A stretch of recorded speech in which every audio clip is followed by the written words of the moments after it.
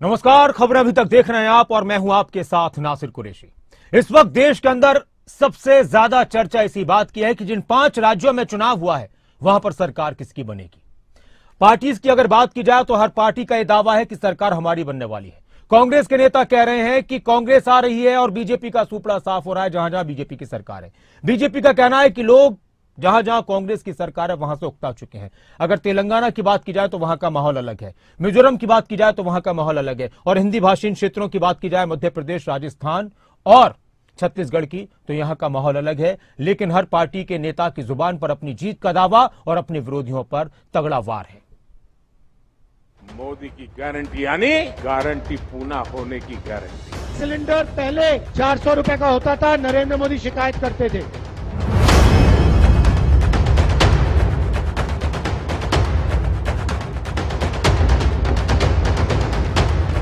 राजस्थान में चुनाव के एकदम बाद कांग्रेस पार्टी की सरकार बनेगी, क्योंकि हम जो कहते हैं वो करके दिखाते हैं।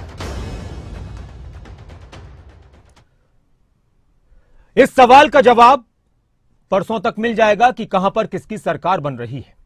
पिछले रिजल्ट की अगर बात की जाए तो उसमें बहुत सारी ऐसी चीजें हुई जिसने सबको चौंका दिया। इस बार के रिजल्ट की अगर बात की जाए तो वो ईवीएम के अंदर कैद है। लेकिन उससे पहले अलग अलग एजेंसीज के और चैनल्स के एग्जिट पोल आए। उन एग्जिट पोल्स ने भी नेताओं के दिलों की धड़कन को बढ़ा दिया है।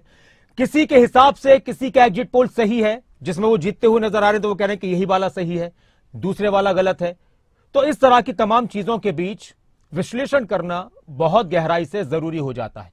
एग्जिट पोल को लेकर हमेशा कहा जाता है कि एग्जिट पोल कई बार सही साबित होते हैं, कई बार बिल्कुल गलत साबित होते हैं, कई बार उसके आसपास चीजें घूम रही होती हैं। हम एक एक कर सभी राज्यों को लेकर बात करेंगे कि पिछला चुनाव जो था 2018 का इन राज्यों में जहां इस बार चुनाव हुआ है, पिछली बार किस तरह का रिजल्ट था, किस पार्टी को कितनी सीटें मिली, और इस बार अलग अलग एजेंसीज के एग्जिट पोल क्या कुछ कह रहे हैं और किस तरह से इन चीजों को हम आगे बढ़ता देख सकते हैं। ये एग्जिट पोल रिजल्ट में कितना तब्दील होंगे ये तो आने वाला वक्त बताएगा, लेकिन एक आंकलन किस तरह से निकाला जा सकता है इस पर हम चर्चा करेंगे। हमारे साथ डॉक्टर गुरमीत सिंह जी जुड़ चुके हैं, उनसे हम बात करेंगे हर एक सीट को, हर एक राज्य को लेकर। वरिष्ठ पत्रकार है, राजनीतिक विश्लेषक हैं। बहुत बहुत स्वागत है आपका डॉक्टर गुरमीत जी खबरें अभी तक पर। Thank you Nasir, thank you. Sir मैं एक एक करके आता हूं। हम सबसे पहले मध्य प्रदेश की बात करेंगे और मध्य प्रदेश को हम अपने दर्शकों को पहले दिखाते हैं कि पिछले चुनाव में रिजल्ट क्या रहा था। आप सभी को याद होगा कि पिछले चुनाव की अगर बात की जाए तो जनता ने कांग्रेस को सबसे ज्यादा सीटें दी थी, लेकिन फिर उसके बाद मध्य प्रदेश के हालात एकदम से बदल गए थे। पिछले चुनाव में 2018 में कांग्रेस को 114 सीटें मिली थी, बीजेपी को 109 सीटें मिली थी, बीएसपी को 2 मिली थी, समाजवादी पार्टी को 1 मिली थी और अन्य को 1 मिली थी। अगर हम अन्य की बात करें तो इन सारी सीटों को जोड़कर सपा और बसपा को लेकर 4 भी कह सकते हैं। लेकिन कांग्रेस सबसे बड़ी पार्टी बनकर उभरी थी और कांग्रेस ने सरकार भी बनाई थी। लेकिन उसी बीच ज्योतिरादित्य सिंधिया, उनकी नाराजगी पार्टी से फिर वो वापस गए, उनके साथ कई विधायक गए और वहां पर फिर बीजेपी सत्ता में दोबारा से आ गई। लेकिन अब ये पिछला चुनाव का रिजल्ट है। लेकिन इस बार जो अलग अलग एजेंसीज के चैनल्स के एग्जिट पोल हैं वो क्या कुछ कह रहे हैं मध्य प्रदेश को लेकर, एक नजर उस पर भी डालते हैं। फिर उसके बाद हम डॉक्टर गुरमीत जी से बात करेंगे। एमपी के मध्य प्रदेश के एग्जिट पोल क्या कुछ इस बार दिखा रहे हैं, उस प्लेट को हम आपको दिखाते हैं कि इस बार अलग अलग चैनल्स ने, अलग अलग एजेंसीज ने एमपी को लेकर क्या कुछ कहा है। यह है एग्जिट पोल मध्य प्रदेश का। आज तक एक्सिस माई इंडिया ने मध्य प्रदेश में 140 से 162 सीटें दी हैं, कांग्रेस को 68 से 90 सीटें, अन्य के खाते में 0 से 3। रिपब्लिक मैट्रिज ने 118 से 130 सीटें बीजेपी के खाते में, 97 से 107 सीटें कांग्रेस के खाते में। जन की बात, उनके एग्जिट पोल में 100 से 130 सीटें बीजेपी के खाते में, एग्जिट पोल में 102 से 125 सीटें कांग्रेस के खाते में। टीवी9 भारतवर्ष और पोलिट्रेस्ट का 106 से 116 सीटें बीजेपी, 111 से 121 सीटें कांग्रेस। न्यूज 24 टुडेज और चाणक्य 151, इन्होंने 151 सीटें बीजेपी को और 74 सीटें कांग्रेस को। टाइम्स नाउ ईटीजी ने 105 से 117 सीटें बीजेपी को, 109 से 125 सीटें कांग्रेस को। इंडिया टीवी सीएनएक्स ने 140 से 149 सीटें बीजेपी को, 70 से 89 सीटें कांग्रेस को। दैनिक भास्कर ने 95 से 115 सीटें बीजेपी को और 105 से 120 सीटें कांग्रेस को। यह बहुत दिलचस्प सा आंकड़ा है। हर एग्जिट पोल की अगर बात की जाए तो ज्यादातर में मध्य प्रदेश में एक बार फिर से बीजेपी की सरकार बनती नजर आ रही है, फिर बीजेपी का पलड़ा भारी है। कुछ जगहों पर, कुछ एग्जिट पोल में बहुत नेक टू नेक फाइट है, तगड़ी फाइट है। अब डॉक्टर गुरमीत जी भी हमारे साथ जुड़े हो। डॉक्टर साहब, एग्जिट पोल, ये आंकलन, आपके हिसाब से किस तरह से आप इसको देखते हैं? मध्य प्रदेश में अगर पहले जैसा हाल अगर हो जाता 2018 जैसा, तो फिर किस तरह की चीजें होने वाली हैं? और आपने सारे एग्जिट पोल को देखा है, मुआयना किया है, तो क्या आपको समझ में आता है? देखिए, पहली बात तो नासिर यही बता दूं कि वो 4 राज्यों में चुनाव हुए हैं, 5 राज्यों में, इनफैक्ट मिजोरम को मिलाएं तो जी उनमें 2 राज्य ऐसे हैं जिनमें क्लियर कट कांग्रेस को सारे एग्जिट पोल दिखा रहे हैं। जी एक छत्तीसगढ़ और एक तेलंगाना, जी है ना। बिल्कुल। अभी हम पर अब मध्य प्रदेश पे, और बाकी जगह मिक्स है। जैसे आपने अभी 8 दिखाए, जो मैं रख के अपने सामने बैठा था, मेरे पास 5 है। अच्छा अच्छा। जिसमें मध्य प्रदेश की हम अगर बात करें तो 3 एग्जिट पोल जो हैं वो दिखा रहे जी हैं भारतीय जनता पार्टी की वापसी, और 2 एग्जिट पोल जो हैं वो कांग्रेस की। जी लेकिन एक बड़ा अंतर ये है कि कांग्रेस की जो बढ़त दिखाई है जिन 2 एग्जिट पोल में, वो भी बहुत मामूली अंतर से दिखाई है।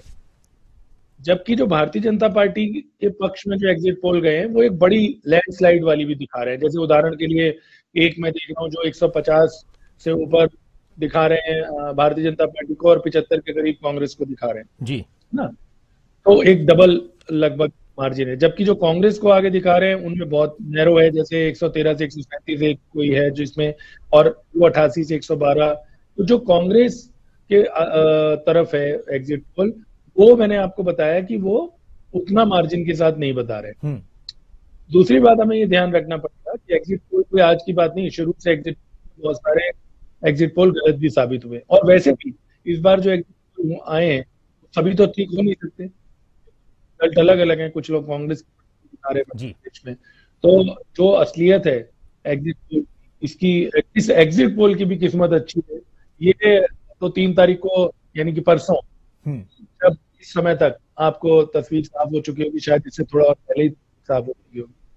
लेकिन हाँ, ये है कि मध्य प्रदेश में अगर हम ओवरऑल बात करें तो एग्जिट पोल के नतीजों के मुताबिक भारतीय जनता पार्टी को सरकार बनती उनकी दिख रही है। लेकिन एट द सेम टाइम, जैसे मैंने बताया कि मध्य प्रदेश में क्योंकि कुछ एग्जिट पोल कांग्रेस को भी बढ़त दिखा रहे हैं, इसलिए कोई बहुत आश्चर्यजनक बात नहीं होगी अगर जो पिछले चुनाव का नतीजा बता रहे थे, जब ऑलमोस्ट केवल 5 सीटों का अंतर था कांग्रेस और भारतीय जनता पार्टी में, हो सकता है अभी जैसे मैंने बताया कि सब पर पता लगेगा। ये सिर्फ हम एग्जिट पोल के हिसाब से एक तुक्के लगा रहे हैं।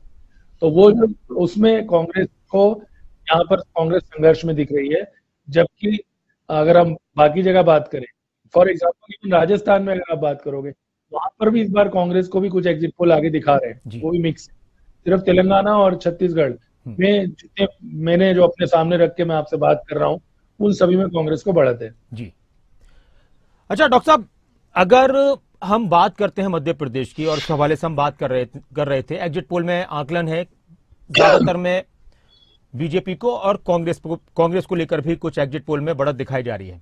मध्य प्रदेश का जो चुनाव था, एंटी इनकम्बेंसी वाला फैक्टर, क्या वहां पर कोई ज्यादा काम नहीं कर पाया, या शिवराज सिंह चौहान की पकड़, उनकी भूमिका, उनकी छवि इस कदर मजबूत है? आपने ये भी देखा कि बीजेपी का जो अंदरूनी कलह का माहौल था वो भी खुलकर भी सामने आया।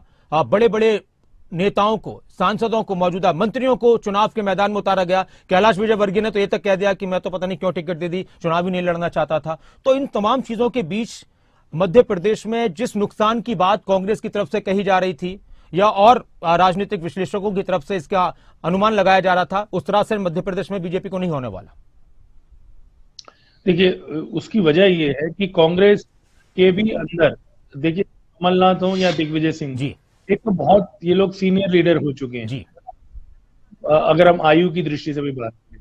और ज्योतिरादित्य सिंधिया आप जानते हैं कि छोड़ के बीजेपी में चले गए जी।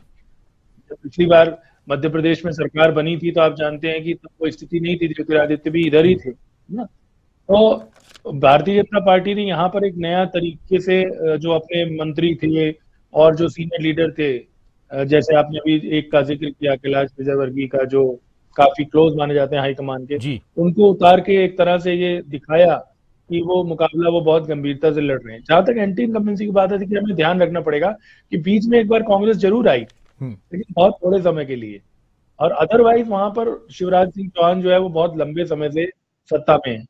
तो बीच का वो अगर हम फेज उठाओ तो जैसे कूलिंग ऑफ पीरियड होता है ना, अफसर जब डेपुटेशन पे जाते हैं वापस आते तो कूलिंग ऑफ का एक सिस्टम होता है कि आप 2 साल एटलीस्ट अपने राज्य में बिता गए।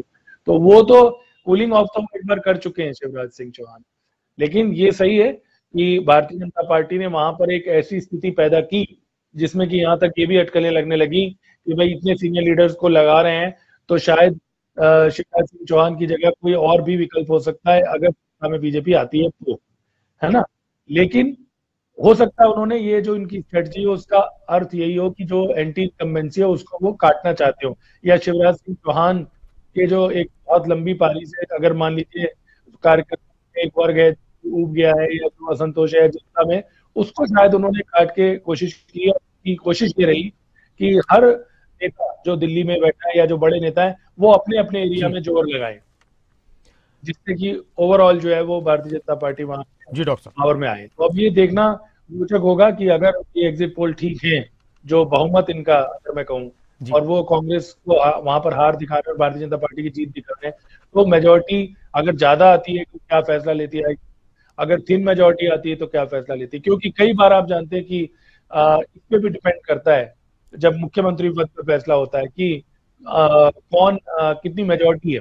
अगर बहुत बड़ी मेजोरिटी हो तो आमतौर पर जानते हैं कि हाईकमान अपनी चॉइस से लीडर को ले आता है, और अगर माइनर बहुत छोटी सी मेजोरिटी होगी तो जो वहां पर छत्रप है, जो रीजनल लीडर है, उसके क्योंकि विधायक अगर ज्यादा होते हैं तो फिर कई बार उसका जो है प्रभाव काम आता है।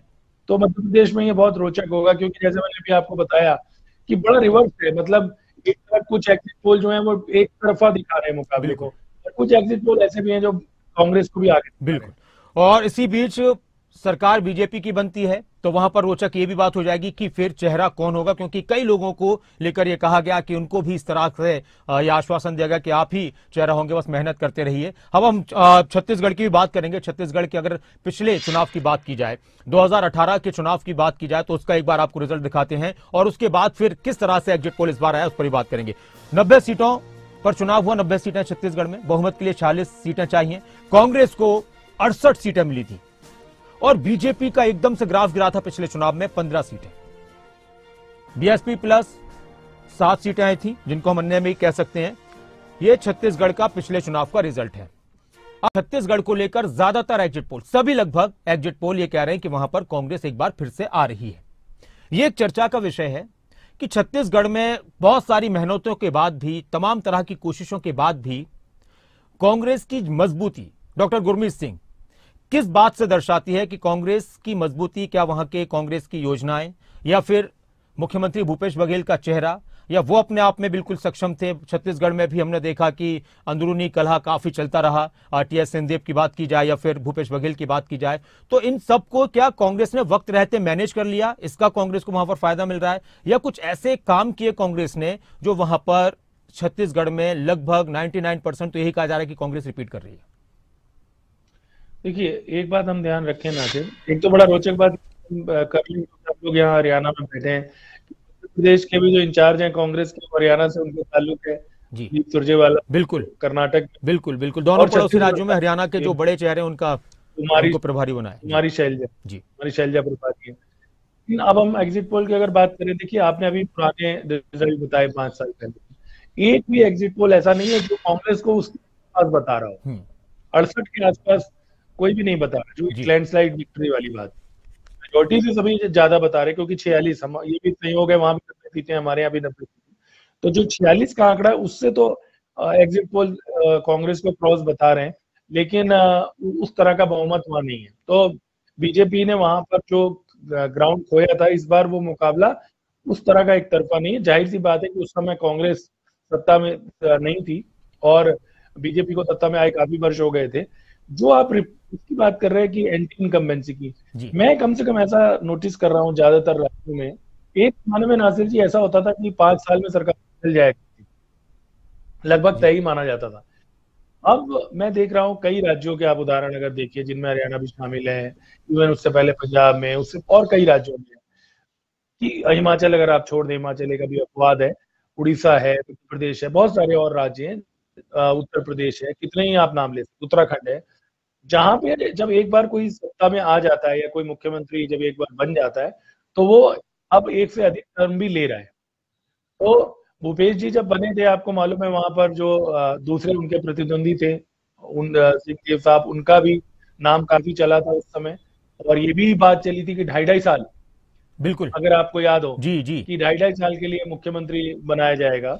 लेकिन भूपेश बघेल ने बाद में अपनी पोजीशन कंसोलिडेट की, और उन्होंने जो योजनाएं इस तरह से जो आप कह रहे हो, जैसे उनका भी लाभ हुआ। अच्छा, लेकिन दोनों अब चीजों में जैसे बड़ी, हमने दोनों बताया कि पड़ोसी हाल, राज्यों में दिलचस्प बात यह भी है डॉक्टर साहब कि एक तरफ भूपेश बघेल पूरे छत्तीसगढ़ में काका के नाम से मशहूर हैं और उधर शिवराज सिंह चौहान मामा के नाम से मशहूर हैं। मामा के नाम। जी। ये भी आजकल पॉलिटिशियन जो है ना, देखिए, ये कनेक्ट बनाने के लिए हाँ। इस तरह से एक उनको सिनाब होता है कि काका मामा वटेवर, है ना। और जी जी। हमारे यहाँ ताऊ देवीलाल, देवीलाल ताऊ कहते थे बिल्कुल। उनको। तो हम लोग हरियाणा से हैं, तो हम हरियाणा से बार जी बार जी। उदाहरण बता रहे हैं। हरियाणा पिछले साल चुनाव है, ठीक। तो लेकिन छत्तीसगढ़ में ये जरूर है कि कांग्रेस की जो स्थिति है 2024 से पहले, नाजुक स्थिति है, उसमें अभी छत्तीसगढ़ तेलंगाना, अगर ये दो, कांग्रेस भी आप देखिए हिमाचल में, यहाँ में तो चली गई थी। तो कांग्रेस के लिए अगर दक्षिण भारत से राज्य आ गया और नॉर्थ उन्होंने रिटेन कर लिया, और अगर खुदा न खास्ता कोई मध्य प्रदेश में या राजस्थान, क्योंकि राजस्थान की बात करेंगे, राजस्थान में मिक्स है एग्जिट पोल, बिल्कुल। कुछ एग्जिट पोल ऐसे भी हैं जो कांग्रेस को बढ़त दे जी रहे हैं। डॉक्टर साहब।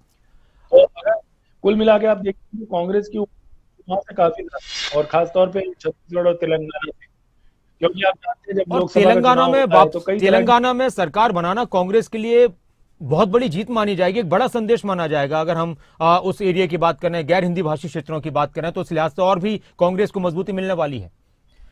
मैं इस पर आऊंगा डॉक्टर साहब, मैं आखिर में इस पर आपसे बात करूंगा, लेकिन इससे पहले अपने पड़ोसी राज्य राजस्थान की बात करते हैं। और राजस्थान को लेकर अगर हम कहें तो राजस्थान में भी लगातार हरियाणा से जो सटे कई जिले हैं, वहां पर दोनों ही पार्टियों की तरफ से, कांग्रेस और बीजेपी की तरफ से दावे किए जाते रहे।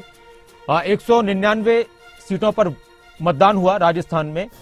यह पिछला चुनाव है, पिछले चुनाव में भी एक विधायक जो प्रत्याशी थे उनकी मौत हो गई थी, तो इसलिए 199 सीटों पर मतदान हुआ था। इस बार भी 199 सीटों पर ही मतदान हुआ था। इस बार भी कांग्रेस के एक जो विधायक थे और प्रत्याशी थे उनकी मौत हो गई थी।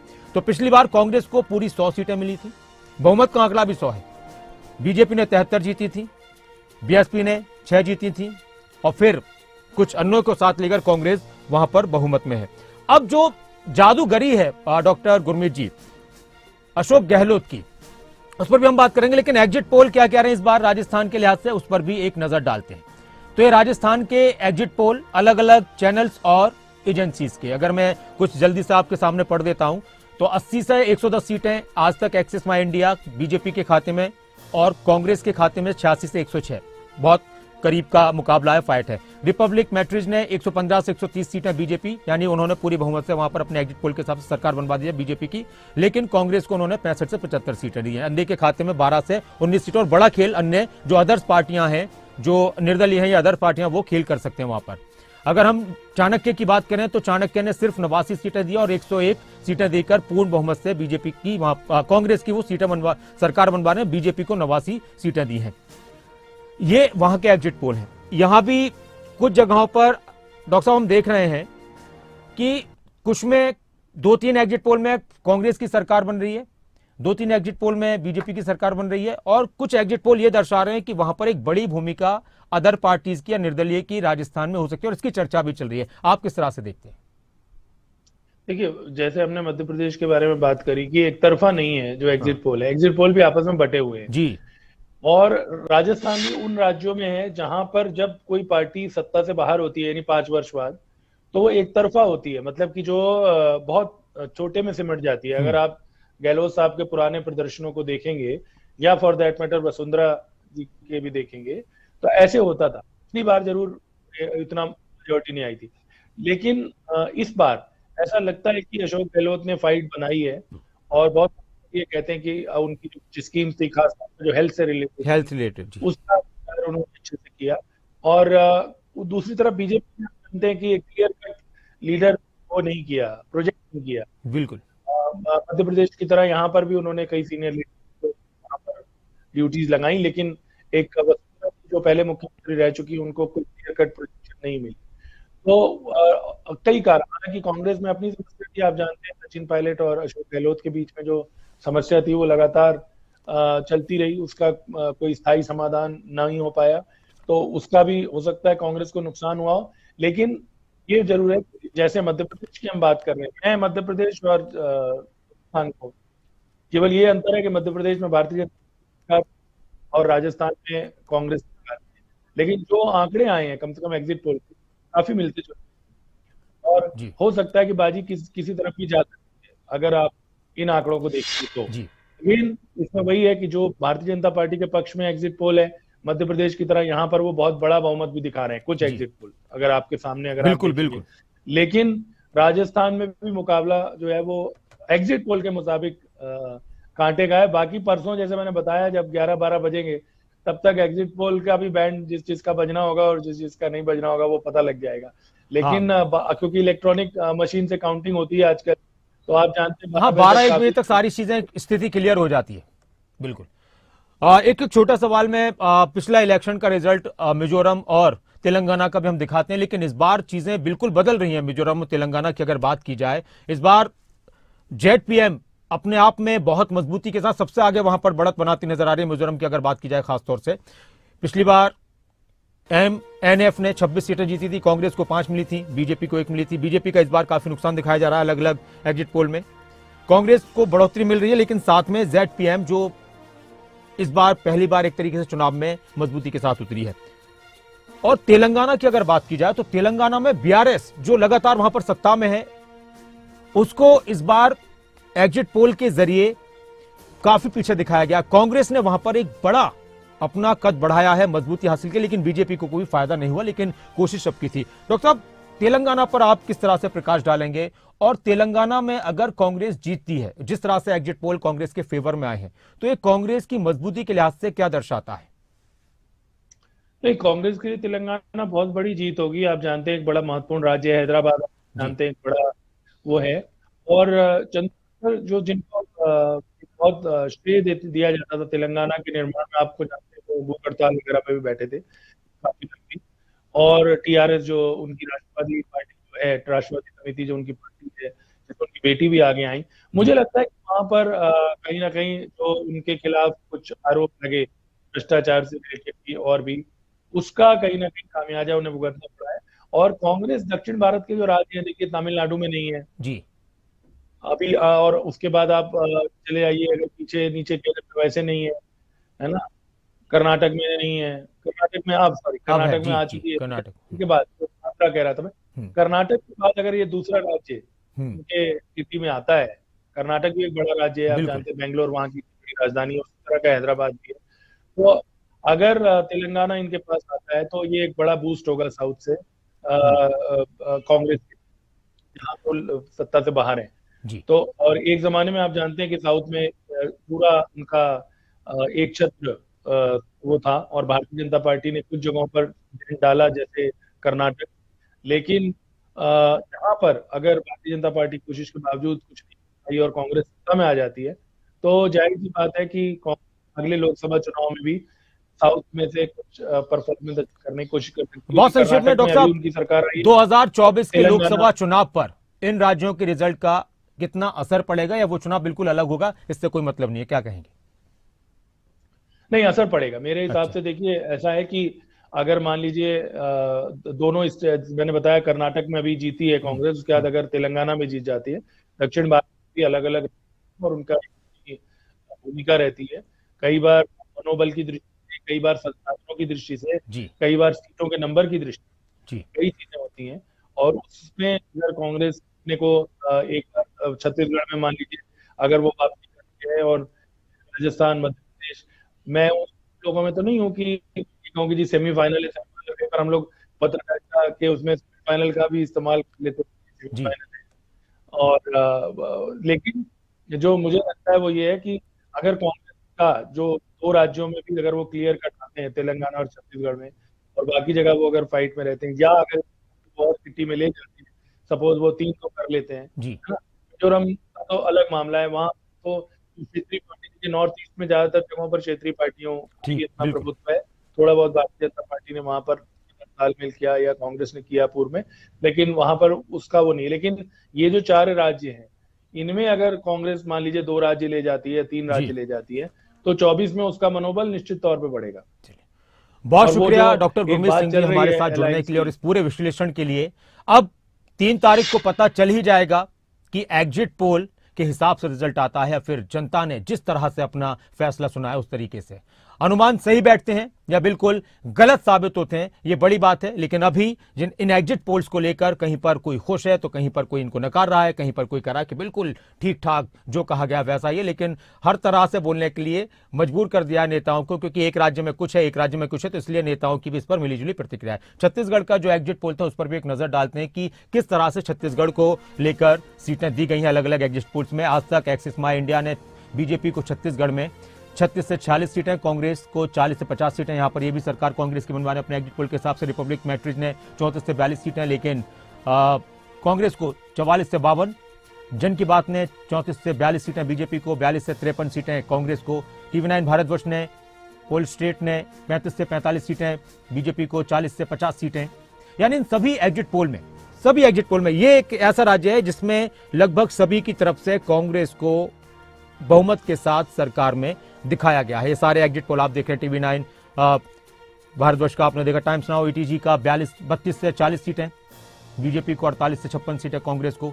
इंडिया TV CNX ने 30 से 40 सीटें बीजेपी को, 46 से 56 सीटें कांग्रेस को। दैनिक भास्कर 35 से 45 सीटें बीजेपी को, 45 से 55 सीटें कांग्रेस को, और यहां पर इन्होंने 0 से 10 सीटें अन्य को भी दी हैं।